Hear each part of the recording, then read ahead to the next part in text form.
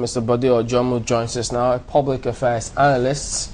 And so let's see what perspective do we resolve to on this matter. Thank you for coming on this morning. Thank you. Interesting lawyers' views on these matters. Incidentally, I mean, the last guest today queued up behind the NBA, faulting that singular action by the president to accept recommendation from the NGC, which NBA was even saying, wait a minute, something's wrong here. What do you think about that? Well, I've followed the debate. You know, this crisis erupted since February. That's between the Court of Appeal President and the Chief Justice of Nigeria, and I've followed the events. And maybe about a week ago, they got to the anti-climax, and the president, you know, trying to avoid a lacuna, swearing someone yesterday to take over that could not be vacuum in government anyway, is the climax. But I've watched all the wide opinions by people, and as much as I think that this is an elitist game, you know, because the ordinary citizens are really not part of this debate, really. The first way I want to look at it is that there are attempts now to pass the buck to the president. But I'm concerned about the credibility of the president himself. What have he said about himself before, and how has he presented himself in terms of governance before? Because the core issue here is separation of powers. Separation of power is very key. And I listen to the debate. Often when questions are asked, what do you want the president, what do you expect the president to have done in these circumstances? Everybody has begged the question. Because in law, I've studied the Constitution, and I've not seen where the president could have acted the otherwise. And I'm concerned about this. You know, there's what we call source credibility. Who is the president? What have he said about himself in terms of character? Has he shown any desperation about power? Has he followed the tenets of the rule of law? Just pardon me, before you build on that. Yes. Yes, you studied the Constitution, but the lawyers also say, well, it's also here, as a matter of fact, in 238 sub 1, where the president has the power to appoint presidents of PCA and CJN. Yes. So if he's got the powers to appoint such a person, subject to confirmation by the Senate, doesn't it have the powers to also reject certain recommendations? If you look at section 238, there is nowhere, you see, the president, you know, has been used as a conduit pipe for the intendment of the Constitution.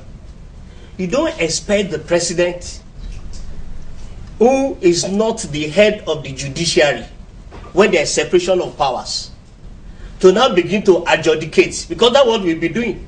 Is that what it is? That's what it's being. If the NJC brings, the Constitution allowed the NJC to act, whether they have acted, you know, in line with the two-thirds that all the lawyers had advocated, it's a different ballgame.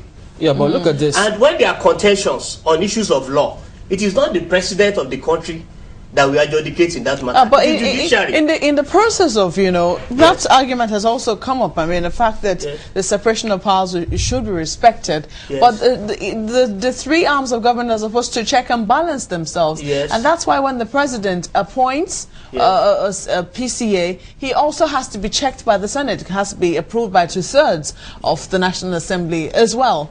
So in this particular case now, are you saying that the rest of the arms of government should just sit by, fold their arms, and watch what is going on in the judiciary? They're supposed to cooperate.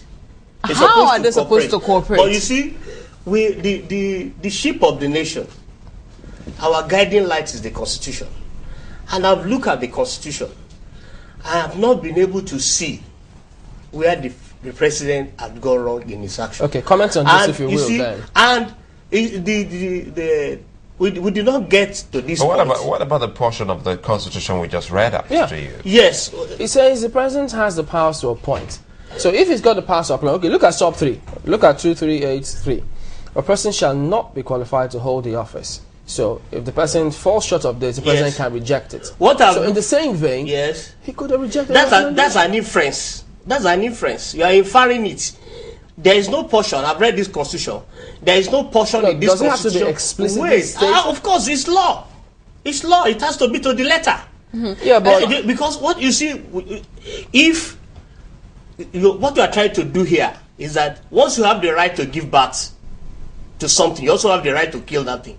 No, but that's what the lawyer here says. He said that's the lawyer's position. That's the lawyer has the right to accept it. No, he could reject that recommendation. We should look at the letters. That's the lawyer's position, and that's the NBA's position. You think that the NBA will know? The mere fact that you have a lot of people who have some wild opinions do not make them right. Wild opinions? Yes, they're going by the Constitution. See, wait. What we should look at, this crisis is not the president crisis. No, they're not blaming the president here. They're simply saying that he could be fair, but that's another kettle of fish. That's exactly what I want to achieve.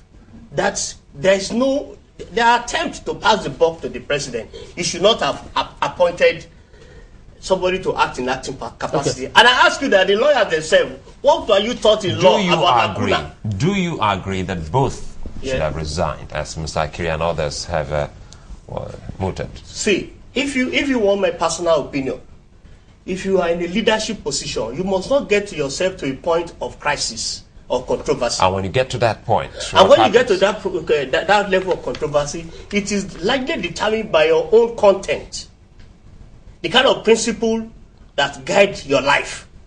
You know, at this point that I've reached this level and there's so much controversy around me, I think this is the point that the ovation is loudest. Let me take my example. Look at this. But very few Nigerians will do that at